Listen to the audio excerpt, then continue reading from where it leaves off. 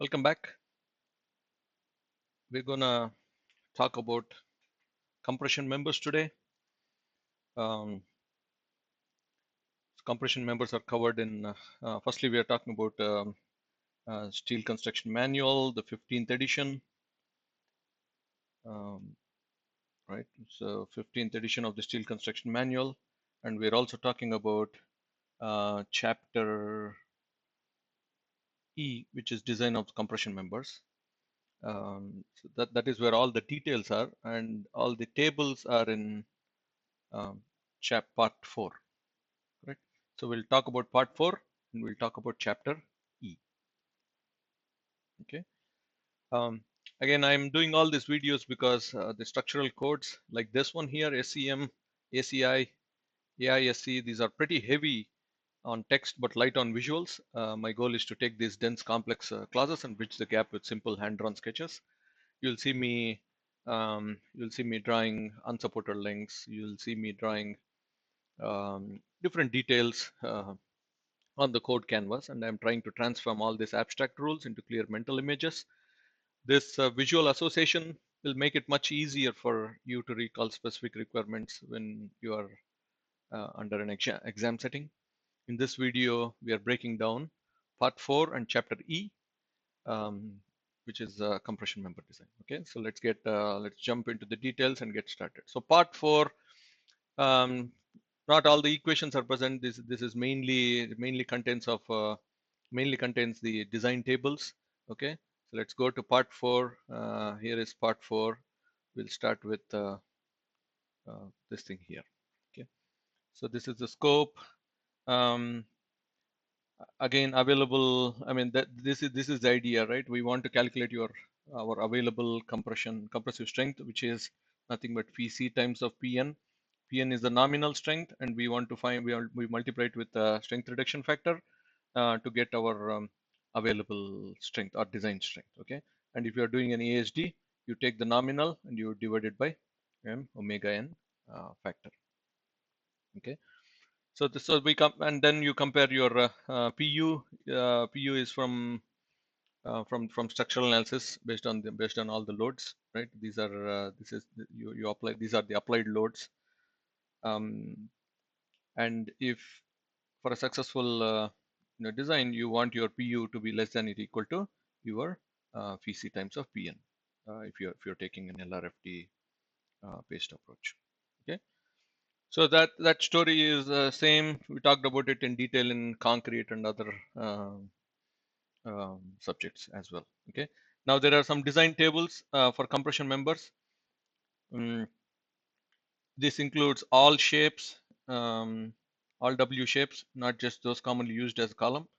So we will take a brief look into what this table is and how it looks like and all that. Okay. When it comes to compression members, because here is the member, and let's say you are applying a load like that. Here is the load, right? Based on the unsupported length of the member, maybe the member is that long. Based on the unsupported length and based on something called slenderness ratio, the compression member can either buckle locally or it can buckle globally, right? So in other words, let's say let's talk about it a little bit in detail, right? So you have compression member, correct? So two failure modes. It can buckle locally, local buckling, or it can the same thing happen, but it can happen globally, global buckling, right? So local buckling will happen when your elements, for example, you have an I section. This is the flange and this is the web. That is the flange, right? So if the flange width to the thickness ratio is below a certain value, that means it is a slender element, right? It's not this entire column is not slender, but the column might only be few feet. Okay, so the column itself, based on the L by R ratio, may not be slender, but the element itself might be slender. The element slenderness ratio, again, there is a table which talks about all this in detail, but then if you have a B and if you have a T, then based on B and T, you can calculate your you can calculate the slenderness ratio of your element. And if you have a slender element, then that is when local buckling will happen. Well, um, sometimes global, sorry, when you have a slender element like that, that is when local buckling will happen. Okay, so we'll have to check our elements that make up the section, check their slenderness ratios, and decide if local buckling is an issue. Local buckling happens. That does not mean global buckling is prevented. Global buckling might happen first if the global slenderness ratio governs, right? So, so local can happen and global can happen in this scenario here. So here you can also have a global buckling. Depends upon the global buckling ratio versus local buckling ratio. Okay. Whereas global buckling is a phenomenon which happens both in symmetric shapes, right? You have a square tube or shapes like that. Symmetric shapes, global buckling will happen, but that buckling is called flexural, flexural buckling. Okay. Whereas if you have unsymmetric shapes, like an L or like a section like this, right? Um, then you might have torsional,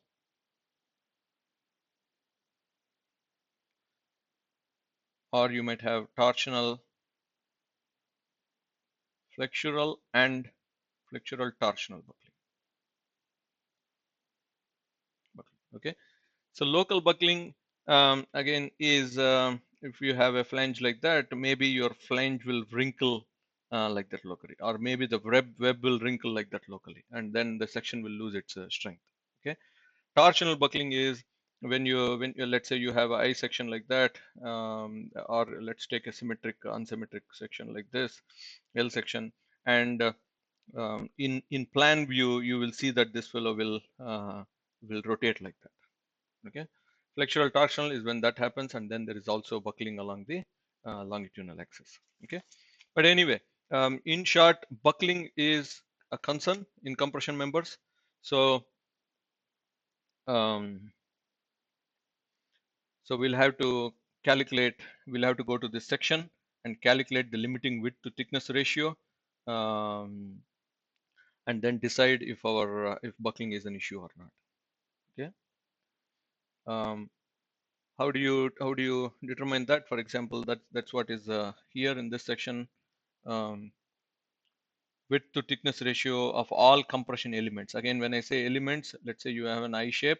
It has three elements. You have a flange, you have a web, you have another flange, right? So those are the elements. Because we are talking about local buckling, we are referring to the elements. So width to thickness ratio of all compression elements are less than a certain upper limit. It's called a lambda r. Then the cross section is not slender, right? And when it is not slender, the advantage is you can take your entire gross area in strength calculations. Okay, that means there is no reduction to the strength for element um, uh, for that particular case. Okay. Whereas when width to thickness ratio of a compression element is greater than certain value, so your lambda value, your calculated lambda value is greater than the limit that is specified. Now you have a slender section, and your AG has to be reduced, and now you get into using AEs. Remember on when we talked about tension members, uh, we did something similar. Tension member, that nothing had. I mean, it didn't have to do with buckling, but in a tension member also, based on certain connection types, we used a shear lag factor and we reduced the um, available area to calculate our strength. Right. So same thing here. Here buckling is the issue.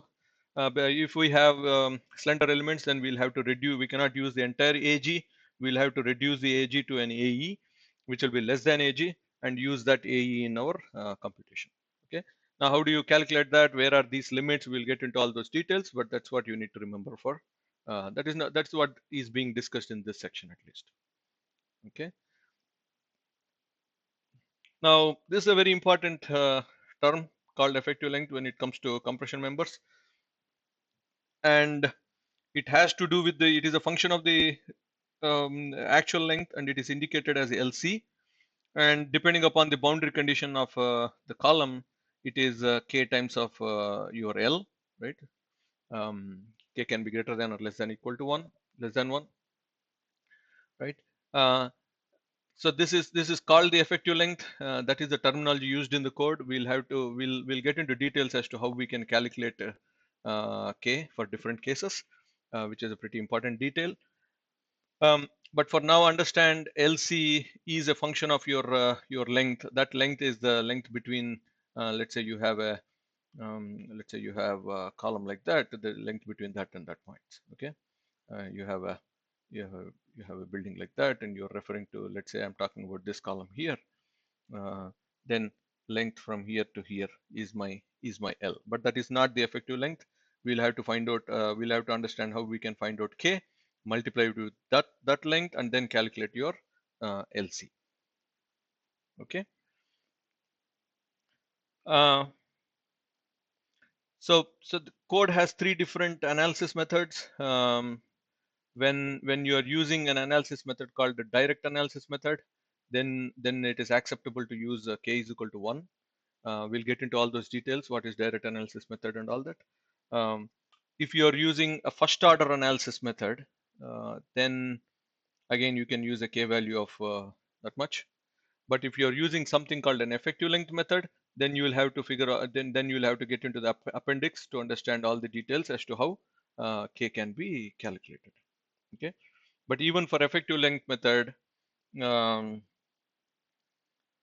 even in the case of effective length method, let us say you have uh, a frame like this, right? So now we are talking about effective length method, and we're trying to see how we can calculate K, right? So let's say you have a frame like that, and one bay is a braced bay, correct? If you have a base bay like that, usually when you brace your bay, the end condition assumed, the columns are not assumed to take any the stiffness of the column is not assumed to contribute to the lateral stiffness of the building, right? So for these columns within this red box, within that braced bay, you can use a K of 1. So K of 1 for columns braced at each end and whose flexural stiffness are not considered to contribute to the lateral stability. Um, in those cases, then you can use a K is equal to 1, even when you are using effective length method. Okay, but that does not mean we should use K is equal to 1 for these columns. For these columns which are not part of a braced bay, correct? So we are talking about all these columns which are not part of this braced bay.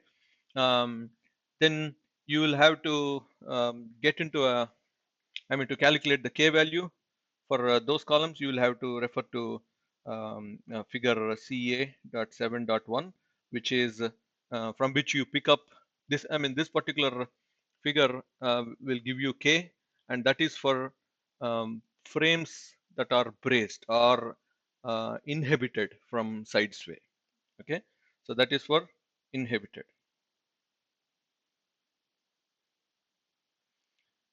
So we'll get in. I'll show you this this chart here. This is called an alignment chart, from which you pick up your K value. But then just understand for now that even when you are using effective length method, sometimes your K factor can still be 1, and the K factor will be 1 for columns which are part of a braced bay, or which are part of a braced system, and if those columns, if the stiffness of those columns is not contributing to the lateral stiffness of the structure, meaning let's say you have a pinned condition there, that means this column is not its stiffness is not helping the fray from swaying left or right. um, Again, K can be equal to 1 for this case for all columns when the ratio of the maximum second order drift to first order drift is less than 1.1. Okay, this is not practical or useful for us, because to calculate the second order drift, then we have to do second order analysis. If we are doing second order analysis, why do first order analysis and then use a K of 1, right?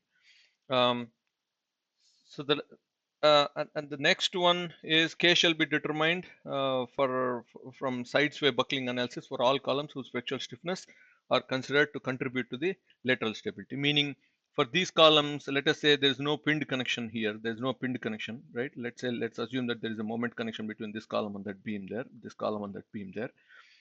Then you will have to go to find out your K values for those columns. You will have to go to this particular chart wherein the side sway is inhibited, and pick up your K value based on couple of other values. Okay, but just for now, remember that for columns that are not part of a braced bay but are still part of a braced structure. This entire structure is assumed to be braced, meaning the sway is inhibited. You will have to go to a proper chart to pick up your K value for all those columns. Okay. So that is what this is about. One last time again, if you have a thing like that, and you have, let's say you have a bunch of columns and you have braced bay, right? Braced bay. If these columns in red here, if the stiffness, if they have a pinned boundary condition, that means their stiffness is not contributing. Um, I mean, it's not affecting it's not helping in resisting left and right sway. Then the K value for those columns can be taken as 1.0. Okay. For all other columns that are part of a brace well, let's say you have a bunch of columns here. For all these columns, you will have to go to um, that particular alignment chart.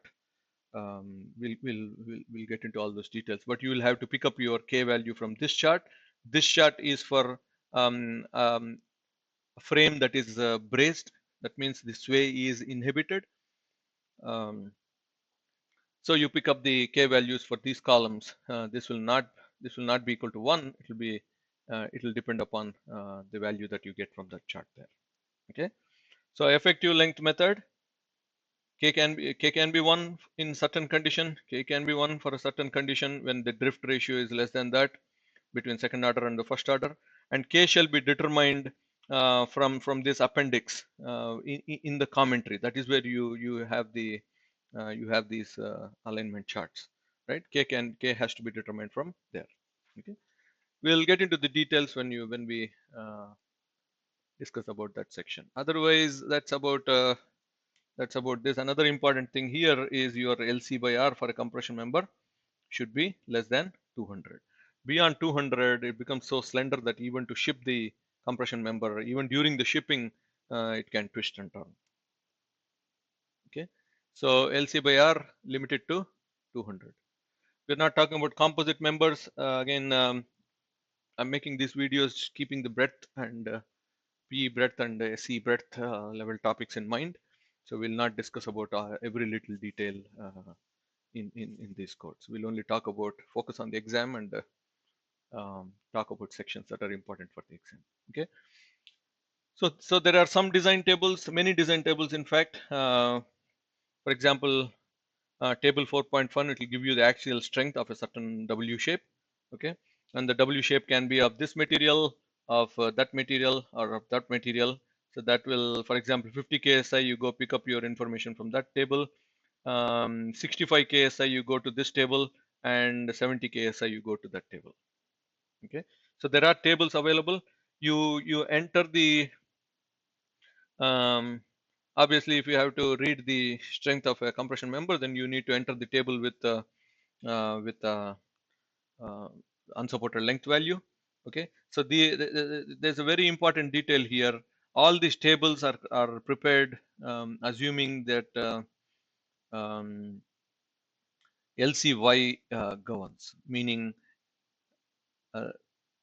so the tabulated values are given for effective length with respect to y-axis. However, the effective length with respect to x-axis must also be investigated. Okay, so in short, what you do is you calculate something called LCY effective. You look at these two numbers, number 1 and number 2. First one is LCY, unsupported length in the Y direction, right? If you have an I section like that, strong axis is X direction, weak axis is usually the Y direction. Okay, so you look at your LCY, and you also look at something called LCY equivalent. Okay, so you again compute something called LCY equivalent, and this equivalent is given here, but then it is nothing but LC. You take your LCX divided by RX by RY. Okay, RX and RY are slenderness ratios. You calculate that. See that is where the so this is LCY equivalent. You calculate LCY, you calculate LCY equivalent, and then enter the table with the largest of these two. You enter the table with the maximum value of LCY and LC X by RX by RY. Okay, so you enter. For example, let's say this is 18 and this is 19 and a half. You enter the table, you get into that particular table here, all these tables. I mean, there's a column that wherein different length values are listed. Okay, so you go to 19 and a half, and based on your FI value and your LRFD or ASD, you pick up the right strength from that particular table. Okay, so remember that for now. Yes, there are tables, but then you will have to investigate these two values here. Okay, I don't want to get into all these details, but that is what is happening. Local yielding and buckling, in exam situation, these are pretty difficult to calculate. So I don't think you'll have questions during the bread session about calculating local yielding and buckling. Okay, so let's go to, that's about part 4. Let's look at a design table here. Let's see how a table, do we have a table here? Okay, so this is the table, right? So for example, this is a table for W14, and it is assuming it is a W14 made out of 50 KSI material, right? Now what you do, you calculate, if you have to calculate the strength of this one, you calculate your LCY, you calculate your LC X by RX by RY value, right? Both are that, these are two numbers. Pick up the highest, assuming this is the highest, and it is, let us say, 19, correct? So you come here, go to 19, and let us say you have a W14 by uh, W14 by 550 is what we have, and we are taking the LRFD approach. Okay, so you go to 19, 14, this is W14 by 550, LRFD approach, right? That means this is my uh, phi c times Pn. Okay, so that is phi c times Pn. It's not just Pn. Okay, that's the design value. You compare that with the applied load. If the applied load is less than this one, you are safe. If the applied load is greater than that one, you are not. Okay, as simple as that. And the good thing about these tables, the Rx by Ry values are also given here. For example, here is the Rx by Ry. For that one, for this section here is the Rx by Ry value. Okay, so that is the table, and there are a bunch of tables for different I sections and different Fi values and all that. So you need to get into the proper section. I think these tables are okay. So there are tables for other shapes as well, right? Again, the same story here. You find out your LCX, LCY, and LCX by RX by RY. Pick up the maximum value, enter the table with that particular value. Make sure that your K50 KSI, and you're considering your uh, you're talking about the right section, 10 by 8 by quarter inch, then you are here. And if you are LRFD, you are here. If you are ASD, you are here. So come here and either pick this value or pick that value. Okay, and that value is not Pn, it is phi c times of Pn, meaning it's already reduced with your um, load reduction factor. Okay, so that's about part 4. That's all is in part 4. There are a bunch of tables. If I can keep on scrolling, but then that's all you will see. But let's go to the theory, which is in chapter E here. Okay, so if you scroll through chapter E, Um, a bunch of sections. E2 is applicable for E1 is just general provisions. E2 is applicable for effective length. E3 is for flexural, talks about flexural buckling of members without slender elements. So you might have an I section whose elements are not slender. Then you come here and pick up your formulas from E3. E4 is when a torsional and flexural torsional buckling is happening on a single angle and members without this applies both for a single angle and members without slender elements. Okay, E4. Let me check one thing real quick here. E4. E4 is for members without. Uh, so this one here is for flexural buckling for members without slender elements, whereas this one is for torsional and flexural torsional buckling for members without slender elements. Okay. Then if you have a single angle compression member, then you come to this section here. If you have a built-up section, you come to this section. If you have a member with slender elements, then that is the section. In a breadth level problem, if I don't expect them to ask about um, um, a member with the slender elements, because you will see that we'll have to calculate a bunch of reduction factors to really come up with calculate the strength of a member. But it's always good to know how those calculations have to be done. Okay, so this is the core. You that is the aim. The goal is to find phi c times of Pn, and then compare it with your Pu. Correct. Phi c, unlike concrete compression members, this is not 0.65, this is 0.9 when it comes to steel, right? And your omega n is that much. You take omega n by that ratio, it should always be 1.5. Okay, this is a very important, like this table, very important table. What it is telling us is, if you have a cross section like that, and that is what you are working on, and that is the cross section on which you want to find your phi c times of Pn. Which section do you pick up? Which section do you go to? What are the governing limit states? Okay, so that is all given here. The governing limit states are FB, which is nothing but flexural buckling, and TB, which is nothing but torsional buckling. So torsional and flexural buckling and torsional buckling are the limit states that you need to check, and you will have to, in general, go to these sections to figure out those details. That is what is given here.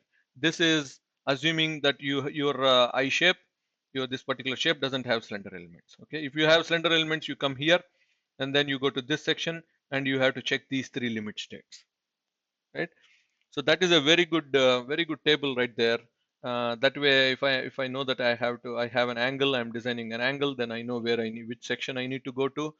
If I have slender elements, and I know which section I need to go to if I have elements that are slender and that are not slender. In this case, looks like for if I have an angle without slender elements or with slender elements, all the formulas are within E5 section there. Okay, so that's a good table. So if you have a problem in exam, first go here and then figure out where you need to figure out which section you need to jump to. Okay,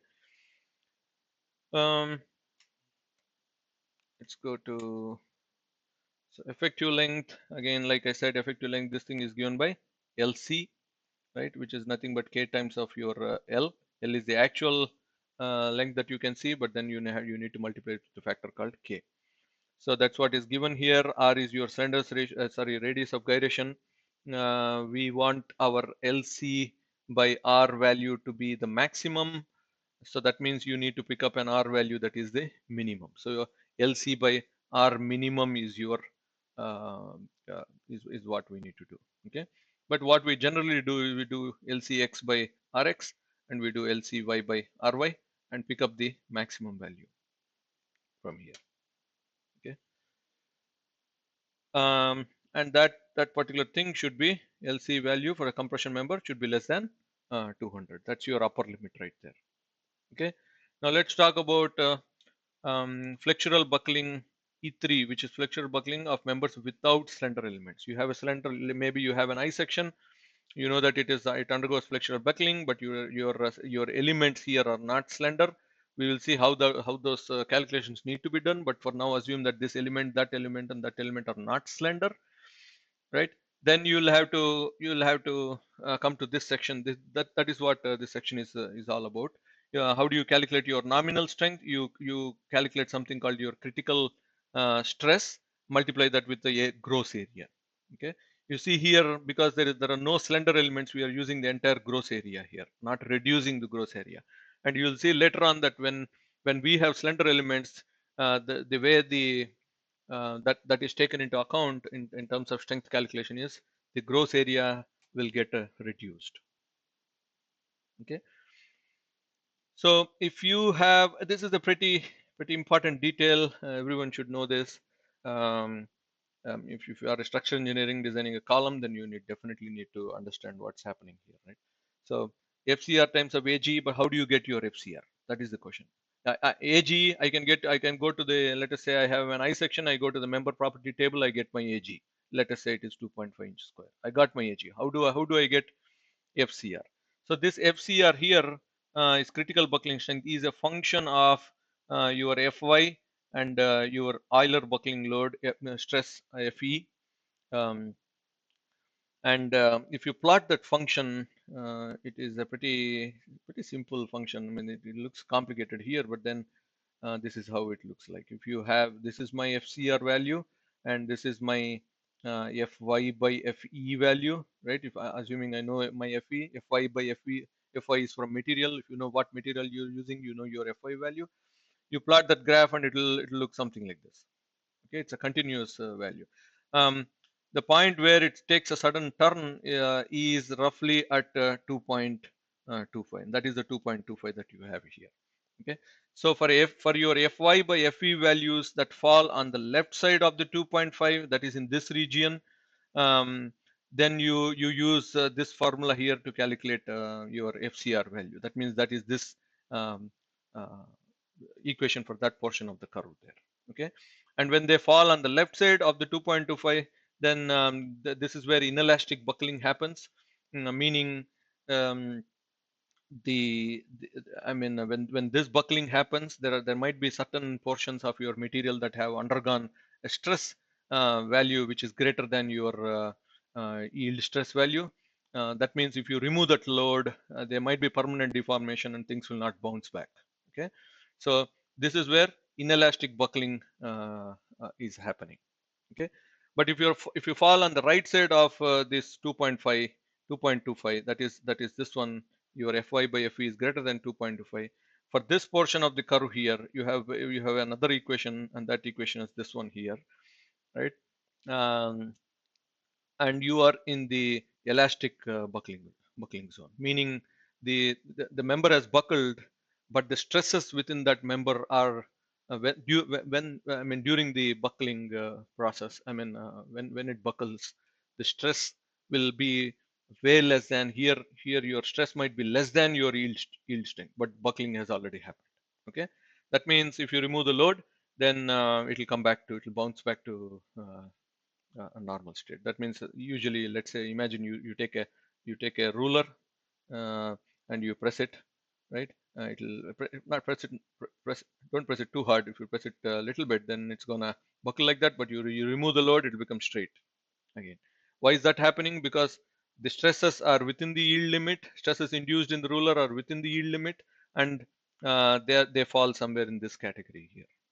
Okay, so as simple as that. Either you look at this value or you look at this value. This value for me appears a little more complicated than just pulling up your Fy by Fe. These are both equal, yeah, I mean equivalent measures. Okay, so if your LCR LC by R less than that much, then then you use this equation for your FCR calculation. If your slenderness ratio is greater than certain value, then you use this FCR for your calculation. Now, why are we calculating FCR? If you know FCR, then you multiply that with the gross area, which is from the table, and you found out your nominal capacity. Correct? Nominal strength. You multiply the nominal strength with your Phi factor, then you found out your design strength right there. You compare the design strength with the load coming onto the structure, and then you can take a call if it is safe or not. Okay, the member meets the design requirement or not. So that is a simple thing. Fe is Euler buckling stress determined by this particular equation is nothing but pi square EA by LC by R whole square. So that is your Fe value. Okay, and when you do this, you calculate your LC by LC x by Rx and LCy by Ry and pick up the maximum value. Okay, because the maximum. Okay, so maximum value because yeah. All right. So then we move on to torsional and flexural-torsional buckling of a single angle and members without slender element. So you have a member without slender element and that is undergoing torsional and flexural-torsional buckling.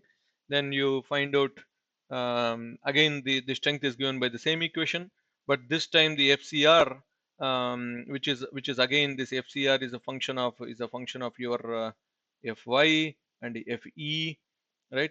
But your Fe is calculated not from the Euler's formula, simple formula, but then you calculate your Fe from this particular formula here. Okay.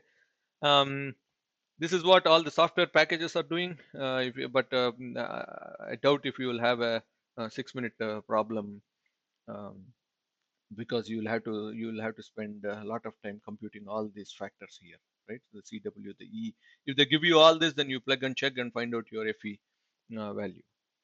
Okay. So this is the Fe for a doubly symmetric member twisting about the shear center, and this is the Fe for singly symmetric member twisting about shear center, where y-axis is the axis of symmetry. Okay, so pretty straightforward there as to how you can calculate Fe value. Whereas if you have an unsymmetric member twisting about its shear center, Fe is the root of this particular lowest root of that particular equation there. So I don't think you'll see a problem because I don't know. I don't think you can calculate the cubed roots. You can sit in the exam and have the luxury to calculate the cubed roots and all that. Okay. So that's about that section. Now let's talk about. You may have a problem on this section here because it is pretty straightforward. So let's say you have a single angle and it's subjected to compression, right? Single angle and then it is subjected to compression, axial load, right? So do I account for the eccentricity of the load, or I mean the shear center of the angle is somewhere here. So if you the centroid of the shape is somewhere there, not shear center. If you apply along the centroid, that's fine. But then if you that's not how the loads are usually applied. I mean, if this is the bearing area and you're applying a compression P there, then do you have to ignore the eccentricity or should you consider the eccentricity? That is what is given here. You can ignore the eccentricity if all these conditions are met. Okay, if those conditions are not met, then you cannot ignore the eccentricity and you have to design the angle per chapter H, which takes into account combined axial load and flexure. Okay, but if you meet these criteria, then you can design it as you can design it per A and B here. Okay, that's what this particular thing is saying. The effect of eccentricity on a single angle member are permitted to be neglected and the member evaluated as axially loaded using one of its effective slenderness ratio specified in if A or B, provided all these conditions are met. Okay, conditions are pretty simple. Number one, members are loaded at ends in compression through the same one leg. For example, you have an angle here and this angle like that. Okay, I'm just drawing the compression member, but then drawing it vertical like that, right? If you load on this side, if you are pushing on that particular leg, you have to support the other leg, right? The resistance should happen on that leg. But if you are, I mean, that is the condition here. Whereas if you are pushing on this leg, whereas holding this leg here on the other side, then this particular criteria is not met, and you will have to design it per chapter H. Okay, so to make your life easier, if you are holding it here, then if possible, if you can hold it there, then you come under then you satisfy this requirement here. Okay, so we talked about that requirement. uh, 1 second here.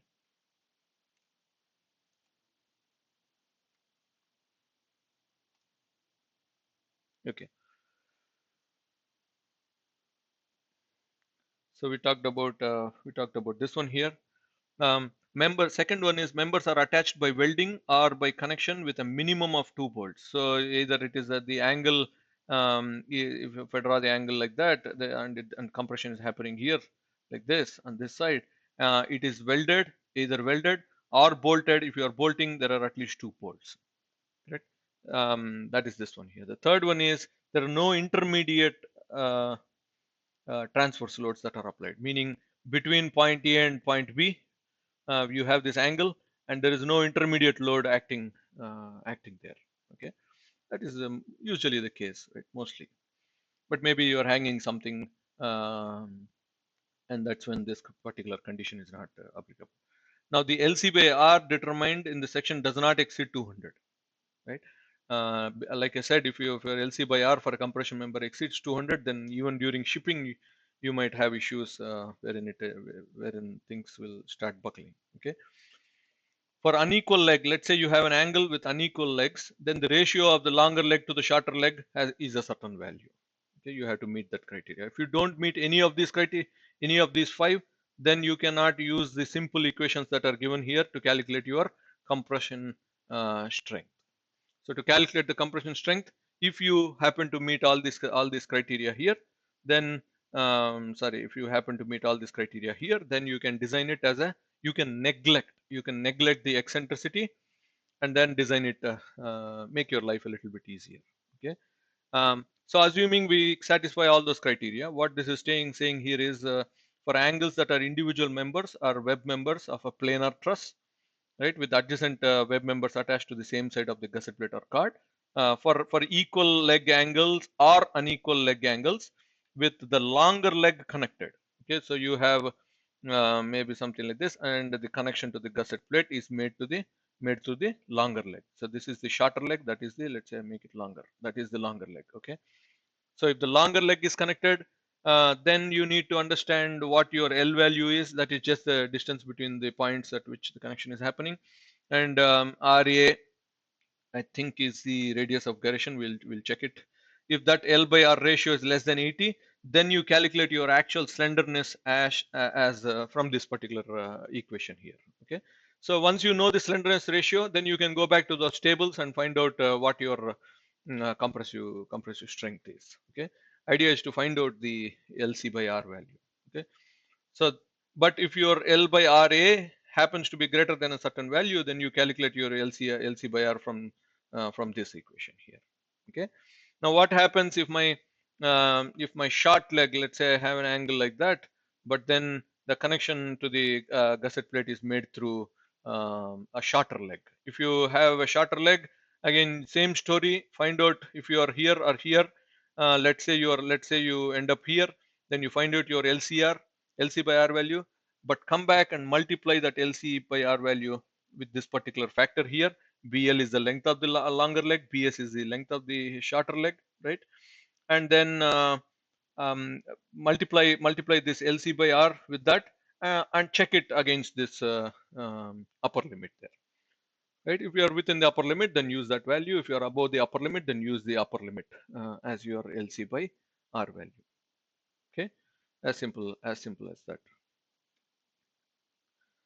Okay, now for angles which are members of a box or a space truss, right? Sometimes you have, let's say you have a temporary shade system, then you're creating a shade system like that, and this is your truss like that, right? So that is the webbing, correct? And it is a part of a box frame, let us say, meaning like that. So meaning, uh, this is a truss, this is a truss, this is a truss, that is a truss. Okay, and if your angles are part of that box or space truss, um, then you figure out, if you are based on the L by AR value, if you are assuming your longer leg is connected, is how it is connected, then you find out your actual LC by R value from this equation, right? And if your L by RA is greater than that value, then you find out your LC by R from this equation here. Okay. If the shorter leg is connected, then you come back and multiply the LC by R that you found with this particular value, and you check it against an upper limit, and then take a call, find out your final LC by R value. Okay. So again, RA, radius of gyration about the geometric axis parallel to the connected leg, and that's why they did not say Rx or Ry. Okay. So let's say this is the longer leg, okay, and it is connected to the gusset plate. Okay. Um, axis parallel to the connected leg, so that is the axis parallel to the connected leg, and your RA is about that axis.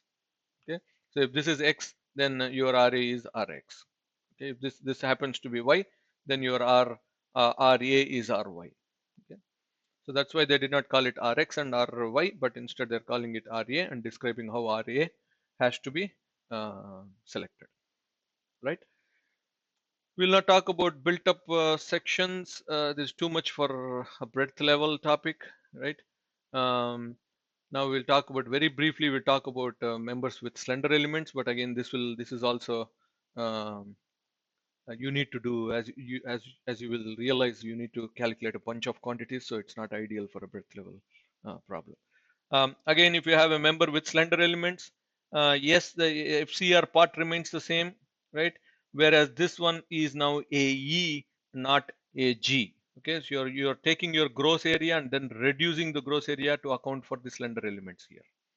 Okay, that's what you're doing, and your AE is computed based on the AE is the summation of the effective areas of the cross section based on the reduced effective widths. So you'll have to calculate something called the reduced widths, and then calculate the reduced area.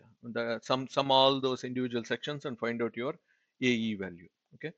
Then FCR is the same. FCR depends upon. I mean, you will pick up FCR from those curves um, as usual. Okay. Um, so FCR is defined based on E3 and E4.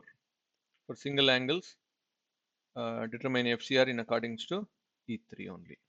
Okay. So once you find FCR, the only issue is how do you find your effective widths. So effective widths, again, this is based on the based on the element that we are talking about. Let us say you're talking about an I section, um, and or let's say you're talking about an HSS section, um, which is, this fellow is 8 inches deep and this is 4 inches deep, right? You can and this is only eighth of an inch thick. Okay, so you can have a slenderness ratio in this direction, you can have a slenderness ratio in the other direction. Obviously, the slenderness limit in the other direction will be sorry, slenderness ratio for that element will be above the limit, correct? Now that means it is a slender element, that element is a slender element. So you have to compute the effective width of that slender element, and that will be less than the actual width of the actual 8 inches minus that root distance there and all that. Okay, so it will be smaller than your actual dimension, and you use your BE values to calculate your reduced effective area. Okay. um, so the AE, in other words, AE is nothing but your A gross minus the sum of all actual B's minus the reduced B's computed from here times of thickness. So that is how you calculate your AE. And once you know AE, you multiply AE with your FCR to find out your PN. That is what you will do. Okay. But to calculate BE, you need to know your slenderness limits. Okay, if your B by T value is less than a certain value, if the slenderness ratio of the element that you are talking about is less than the upper limit of the slenderness ratio for that element, then you don't have to do anything. But if the slenderness ratio is greater than, that means it's a slender element, then you have to take the original B and reduce it with a factor. Correct? So that's why you get a reduced B. You're taking B, you're taking this B here and reducing it with this factor here. Reduce it, so you get your reduced B. Okay. And this factor has a bunch of other C1, FEL numbers, and the C1 is given in the C1 and C2 values are given in this table, depending upon, let's say we talked about an HSS section, the C1 and C2 for that section are from here, right? And then the FEL is now this particular value here. Okay, so you find out C2 and then compute your FEL, you compute your F1, you go back and calculate your the reduction factor, reduce the B. Once you reduce the B, you calculate your A effective as the gross area minus sum of all the area, all the elements, slender elements, um, the actual width of the slender element minus the effective width of that slender element times the thickness. So you find out your AE, you multiply AE times of FCR to get your P nominal. You multiply P nominal by phi phi C in this case, and then you get your compare that with your Pn. So this should be greater than Pn. If that is greater than Pn, Pu, then we are good. Okay. Again, very unlikely for a 6-minute problem. If they give you some, if the problem appears, then a bunch of things have to be given. Okay. So the last thing I think we are done with this chapter. See, we get into the next chapter here. But I want to talk about something called the 3 different methods for the analysis. We'll quickly go to chapter C here and then talk about some important analysis approaches. Okay, so if you go here, this chapter is talking about um, direct analysis method of design. Okay, so this is the go-to approach these days. So the advantage with this approach is, if you will see how to do all that, but then what it takes to run a direct analysis method and all that. But then if you if you adopt this method, then you can use your K factor as 1.0, right, across all the elements. So the direct analysis design is permitted for all structures and can be based on either elastic or inelastic analysis. And so that is what this is called a DAM, and it is the go-to approach. Okay, there are also alternate methods. In fact, this is the only method currently given in the code, and they say that if you're not using this method, then you have to do some alternate methods. Okay, and those alternate methods are first order analysis method and the effective length method. Okay, so in short, if we have to, in short, we have a direct analysis method, right, and then first order method. Okay, and then you have something called effective length uh, method. Okay, so direct analysis method, this thing accounts for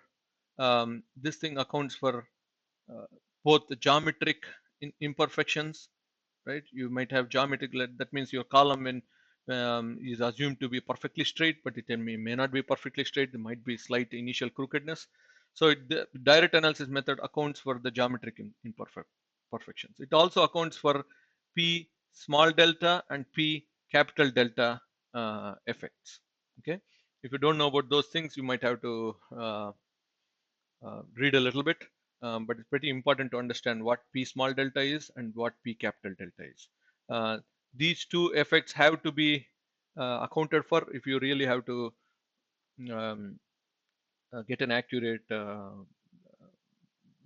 moment or shear or values. Okay, so direct analysis method accounts for the geometric imperfections and P small delta and P capital delta in a direct way, meaning maybe the initial crookedness is modeled in the finite element analysis software, and that's how you capture it. Okay, the P delta, maybe the large deformation analysis is turned on. That way you capture the P capital delta and P small effect of P small delta there. Okay. So the first order analysis, though they call it first order, this also captures the geometric accounts for the geometric imperfections and P small delta and P capital delta. Okay, but the only difference being it doesn't account for those in a direct way. It includes those things, it accounts for those things in an indirect way. This is where we include something called notional loads into the analysis to account for these two, the geometric imperfections and P small delta and P capital delta effects. Okay.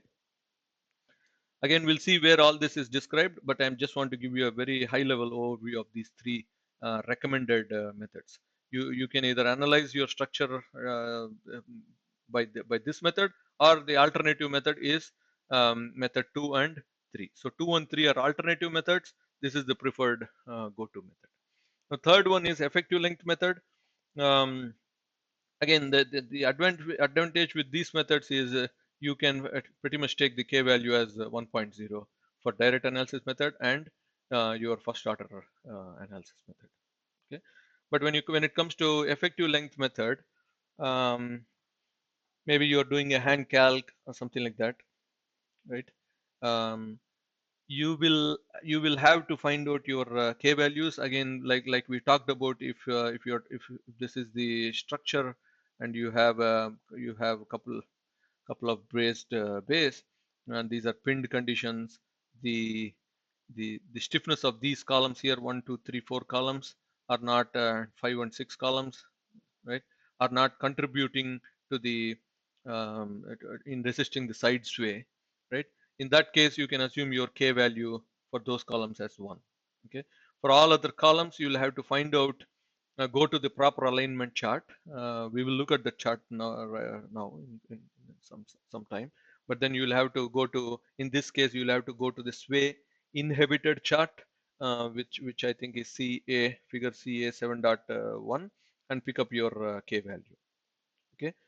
Um, but if you have a moment frame wherein nothing is braced and you are just banking on your moment connections between the column and the beam, right? So column and the beam, moment connection, moment connection, moment connection there, right? Everywhere here. Then you pick up and you want to find the k value of this particular column here. So this is not one. This is not one. You will have to go to CA.7.2, which is for frames that are columns part of a frame which is um, um, uninhabited. Okay, that means this can sway.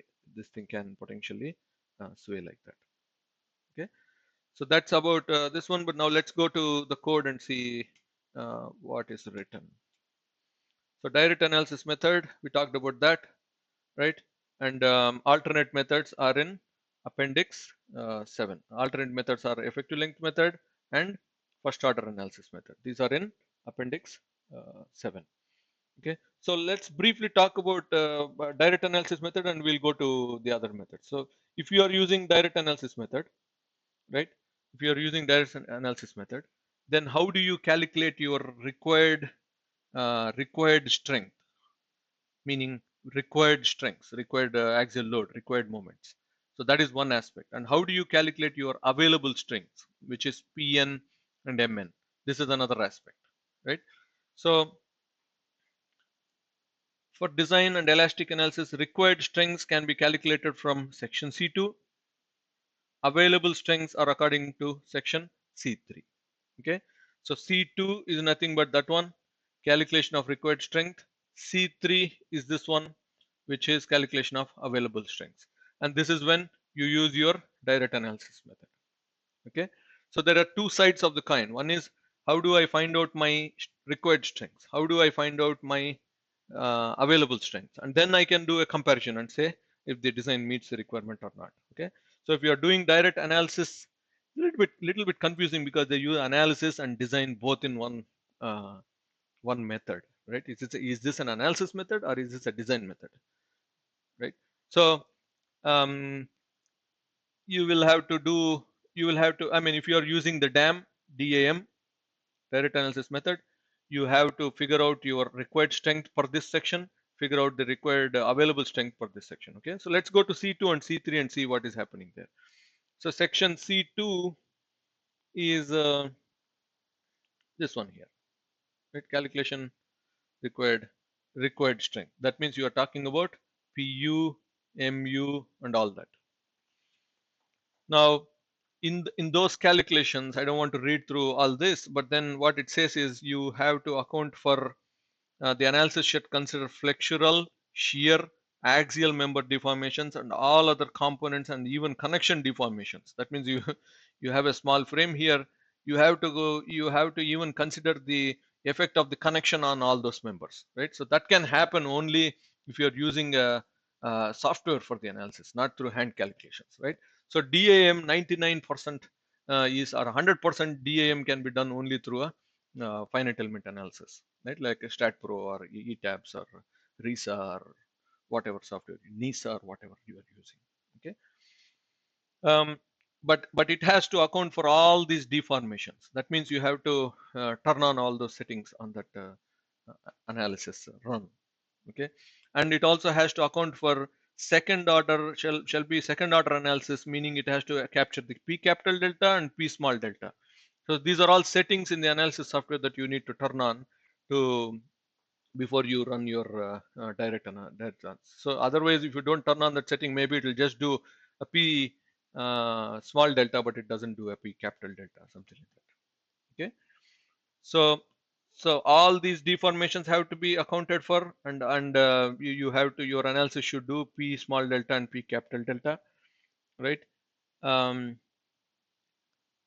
Then let's read through this. The analysis shall be second order analysis that considers P delta and P small delta effects, except that it is permissible to neglect the P small delta on the response of the structure when the following conditions are satisfied. So if you have a couple of conditions here, if these conditions are satisfied, then you can ignore the P small delta effect, it seems. What is that condition? The structure supports gravity. First one is the structure supports gravity loads primarily through nominally vertical columns, walls, or frames. Second condition, the ratio between the maximum second order drift to the maximum first order drift should be less than a certain value, right?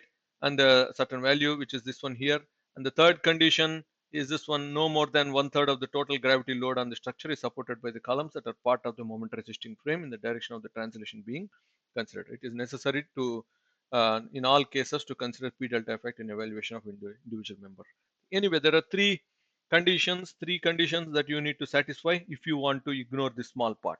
Otherwise, you have to consider both this and that and all these things into account to calculate your required strength, right? I'm talking about the PU. PU should be less than or equal to phi times of Pn, right? Mu should be less than or equal to phi times of Mn for a successful design, right? So I'm talking about the left side. That is from usually from an analysis software.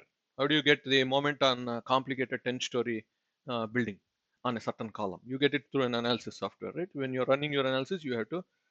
That's where you pick the direct analysis approach. Okay.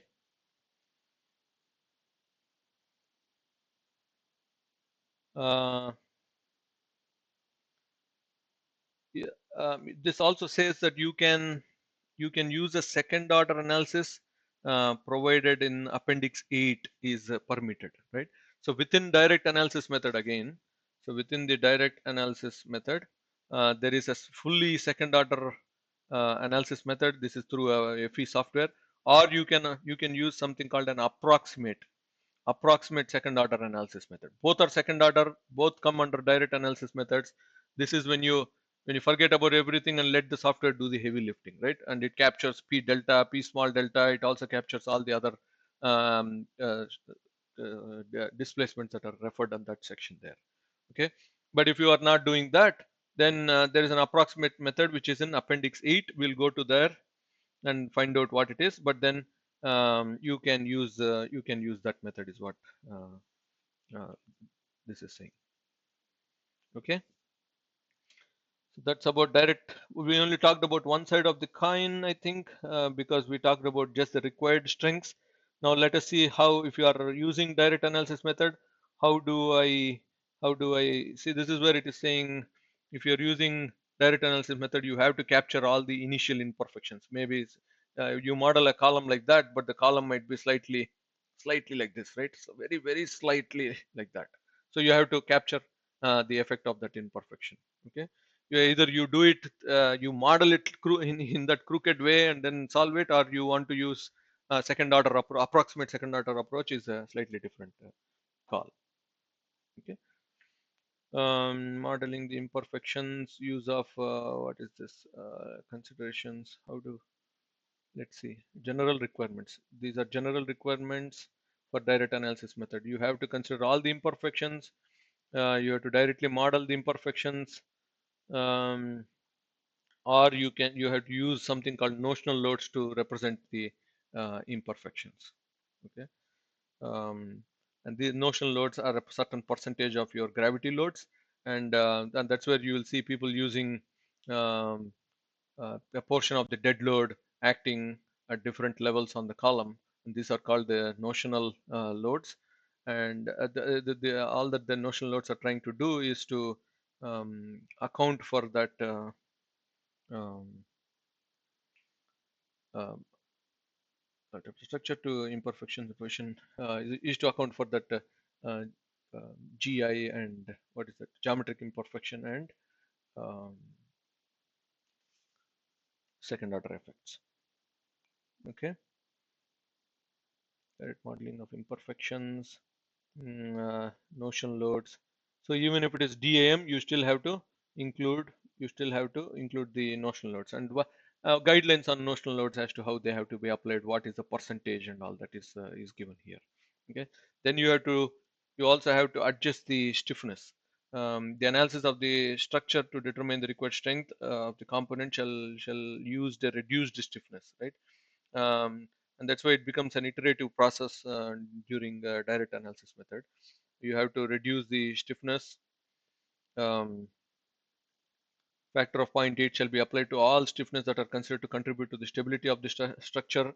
An additional factor of tau b, an additional factor tau b shall be applied to flexural stiffness for members whose flexural stiffness are considered to contribute to the stability of the structure. And how you calculate the tau b is all given here, right? So this is how you calculate your tau b based on certain ratios. Okay, again, I'm skimming through all this because you will not have questions asking you to do a direct analysis method in an exam setting, right? Because you need access to software if you have a question like that. Okay, but it's always good to understand and know what the direct analysis method is. Okay, now the available strengths of direct analysis method. Like I said, we have two sides of the coin. We have PU on one side, and we have PN on the other side. PU, we talked about it.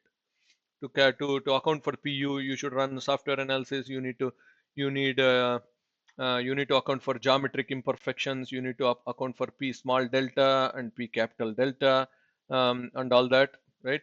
Now, how about PN?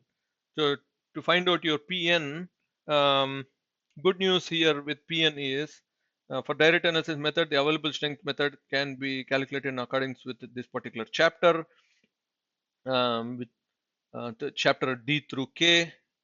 The effective length for the flexural buckling of all members shall be taken as unbraced length. That means the K value, effective length factor, is 1. Okay, that is the good news. We want to avoid calculating the effective length factor, and you can avoid it only if you apply um, one of these methods. Okay, so direct analysis is one of those methods. Okay, uh, let's see. Let's now go to the alternate method. The alternate method is in appendix 8, I think. Appendix 7 has alternate method for division. Okay, let's go to alternate method of analysis. Okay, appendix 8 has alternate method for the direct analysis approach. Remember, I said the direct analysis approach can be either done second order analysis, or it can be an approximate second order analysis. The approximate second order business is given in appendix 8. Okay, this is through a computer. If you're running structural analysis through computer, then you toggle everything on, all the P small delta, P capital delta, then you are in you fall under this category here, and you model your initial imperfections and all that. Otherwise, you will have to model notion loads, and you come under this category here. Okay. Now we are talking about the other method, which is effective length method and first order analysis approach, right? So these two methods are in Appendix 7. So Appendix 7 has the alternate methods. Appendix 8 has the alternate method for direct analysis approach itself. Okay. So again, effective length method, you have to calculate, you have to talk two sides of the coin, right? You have to understand, if you use effective length method, how can I get my PU, and how can I get my PN, right? How can I get my available strength? How can I calculate my um, uh, required strength? So effective length method, there are a bunch of limitations here. If you have to use this, for example, if you have to adopt effective length method, then you have to meet A and B. A is about the structure. One second here. Okay, so A is about the structure supports gravity loads primarily through nominally vertical columns and wall frames. The ratio of the second order drift to the first order drift is less than a certain value. If you meet those two criteria, then you can use effective length method. Okay. Now the required strength is calculated. The required strength of the component shall be determined from elastic analysis conforming to the section C1, except that the stiffness reduction indicated is not applicable. So you don't have to apply stiffness reduction that we talked about in section C1. Okay. And notional loads, you still need notional loads to be applied, even if we are talking about effective length method. Okay. So even if you are doing effective length method, you still have to apply notional load, shall be applied in the analysis in according to and what is the percentage of the notional loads, that information is all in this particular section here. Okay. But just remember, even if you are doing effective length method, you still have to apply your notional loads in the model. Okay. Now how do I get my available strength? This is where the good news is. No, in fact, there is no good news, because I mean, available strength, you will have to see if we are in this category or this category. Okay. So if you are in a braced frame system, which has the shear walls and other structural system wherein the lateral stability and resistance to the lateral loads does not rely on the flexural stiffness of the column, the effective length factor K of the member subjected to such a thing can be taken as unity. This is where I said, when you have remember, if you have a bunch of columns and these are all braced, there is a braced bay there, right? And the stiffness of the red columns is not contributing to the lateral stiffness of this entire structure, then you can, only for those columns, not for all the columns, only for those columns, you can take your K value as 1.0. Compression shall be taken as unity. Okay, unless a smaller value is justified. But at the code says you can take it as unity. But for all other columns, meaning for remember, I drew that, accidentally erased it, but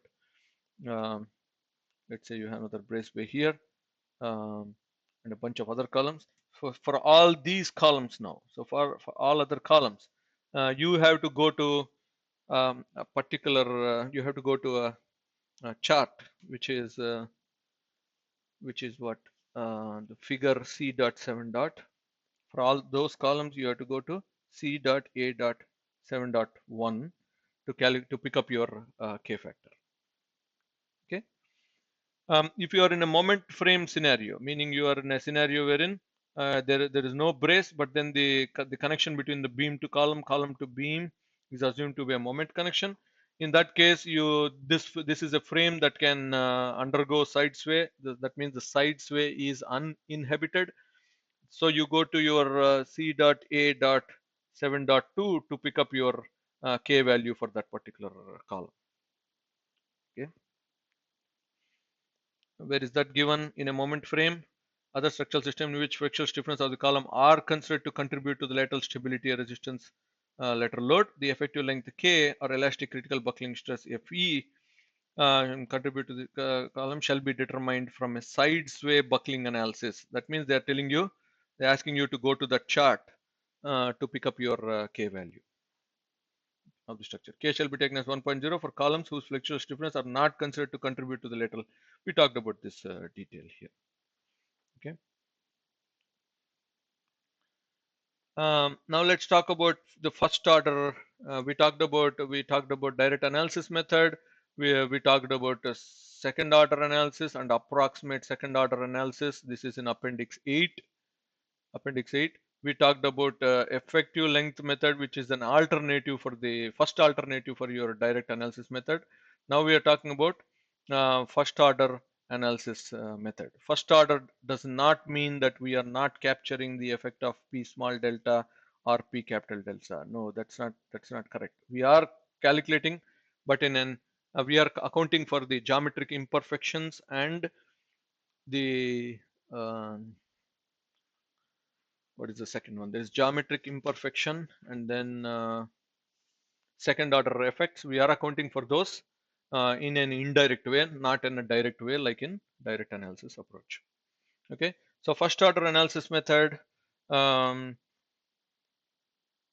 limited to the following condition. The structure supports gravity loads primarily through, I mean, it is applicable only if your structure supports gravity load through primarily nominally vertical columns. The ratio of your second order drift to the first order drift is under a certain value, right? And then there is a third condition. The required axial compressive strength of all those members has to meet a certain condition. So if those three conditions are met, then you use your first order analysis method.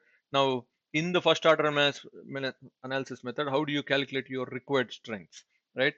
What all you need to include. So to calculate required strength, the required strength of component shall be determined from first order analysis with additional requirements A and B given in the following section. The analysis shall consider flexural, shear, axial deformations and all other deformations to contribute to the displacement of the structures.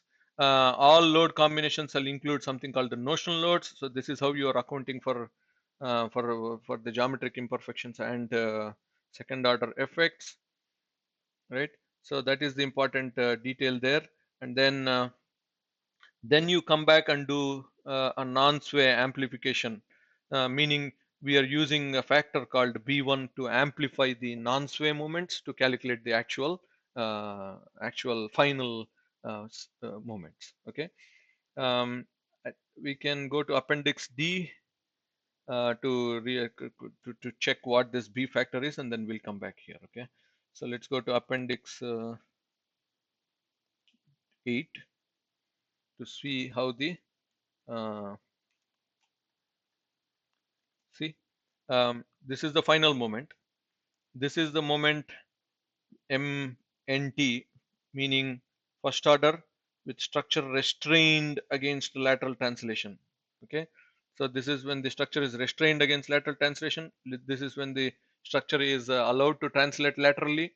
You calculate those two moments and then you amplify those two moments with B1 and B2 factor to calculate your final moment there.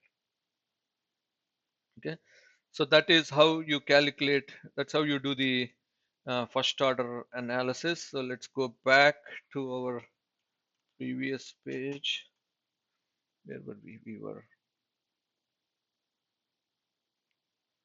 were in appendix 7, right? Talking about effective length method, first order analysis method, and we were looking at required strength, and then trying to understand how the required strength can be calculated.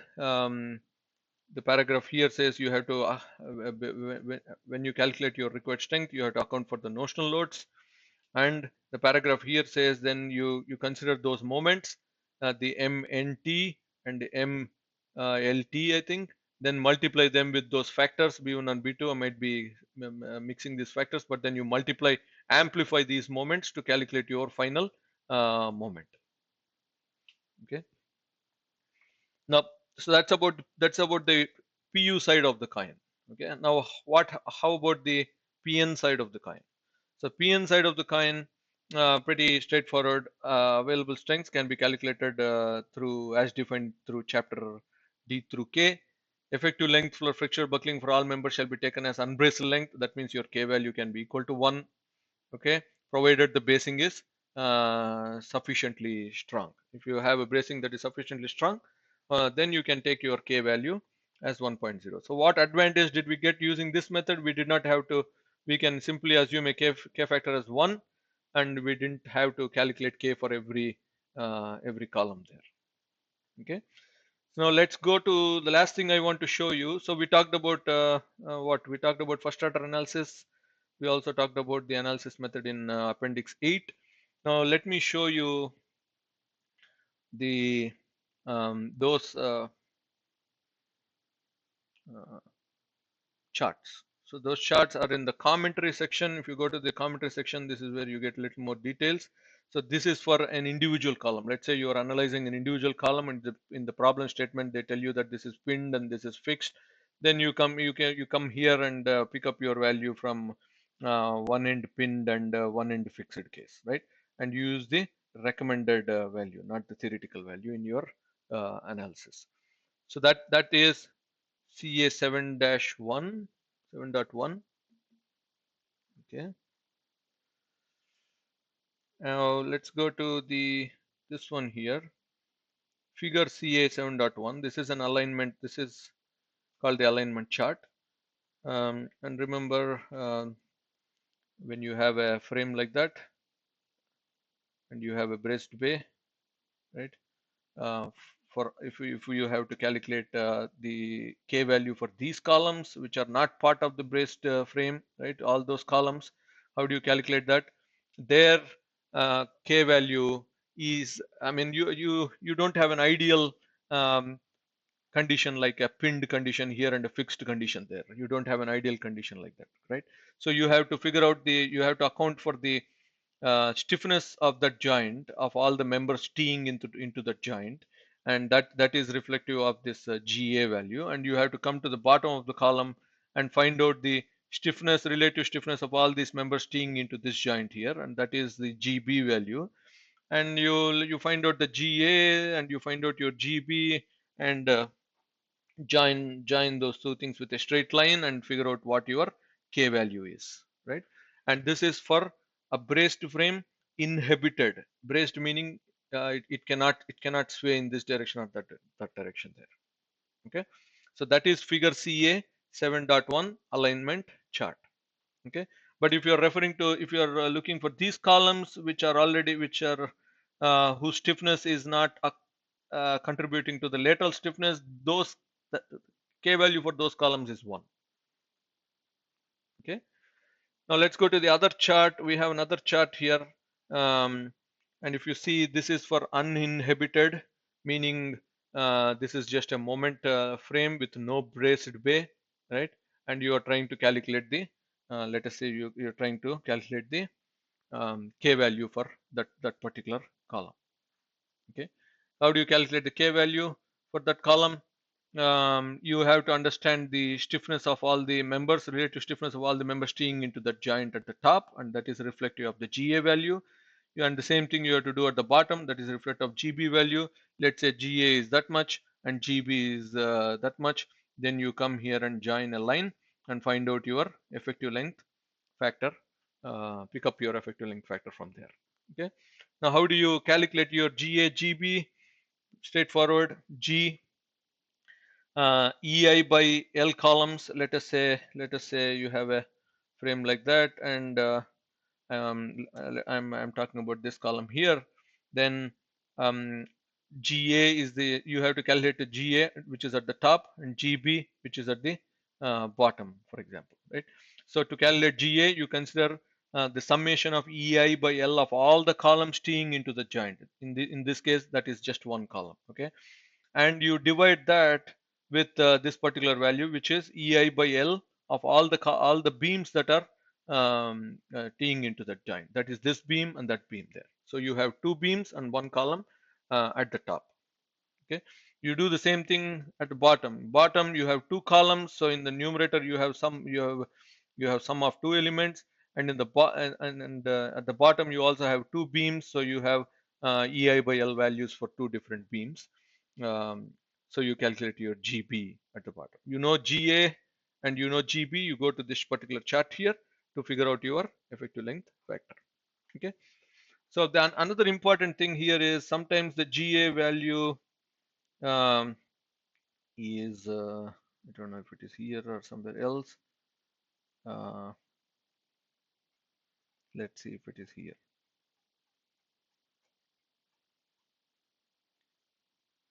Yeah, here. So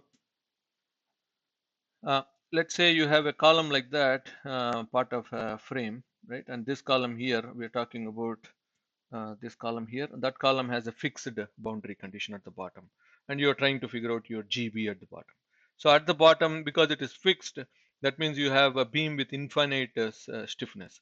So your GB, remember, it is EI by L of the column by EI by L of the beam, and the beam thing is it becomes infinity. So anything by infinity becomes zero. So when it becomes zero, it is saying a practical value, maybe maybe taken as 1.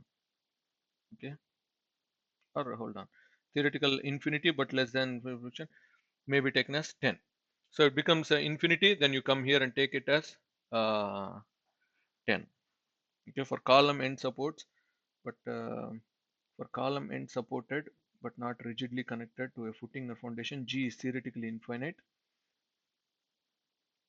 Not rigidly connected to a footing, G is theoretically infinite, but um,